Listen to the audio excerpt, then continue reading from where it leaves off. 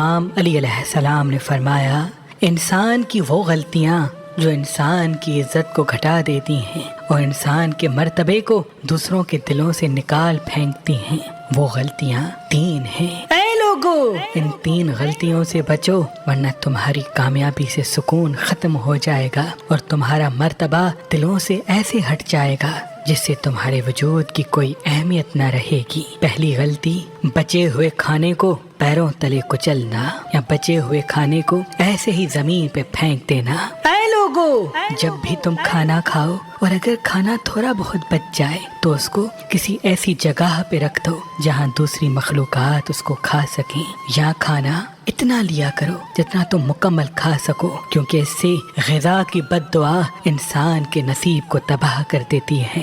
دوسرا عمل، ہاتھ دھونے کے بعد اپنے کپڑوں سے صاف کرنا۔ یہ ایک ایسا عمل ہے جس سے پریشانیوں کے راستے انسان کی طرف کھلتے ہیں اور یوں انسان اپنا مرتبہ دن بدن گھٹاتا رہتا ہے۔ اور تیسرا عمل، دوسروں کی بات کو سنے بغیر جواب دینا۔ اے لوگو، جو انسان لوگوں کی کم سنتا ہے اور اپنی زیادہ سناتا ہے تو دن بدن اس کا مرتبہ گھٹتا جاتا ہے اور یوں وہ رسوائی، پریشانی اور تنگ دستی میں مبتلا ہو جاتا ہے۔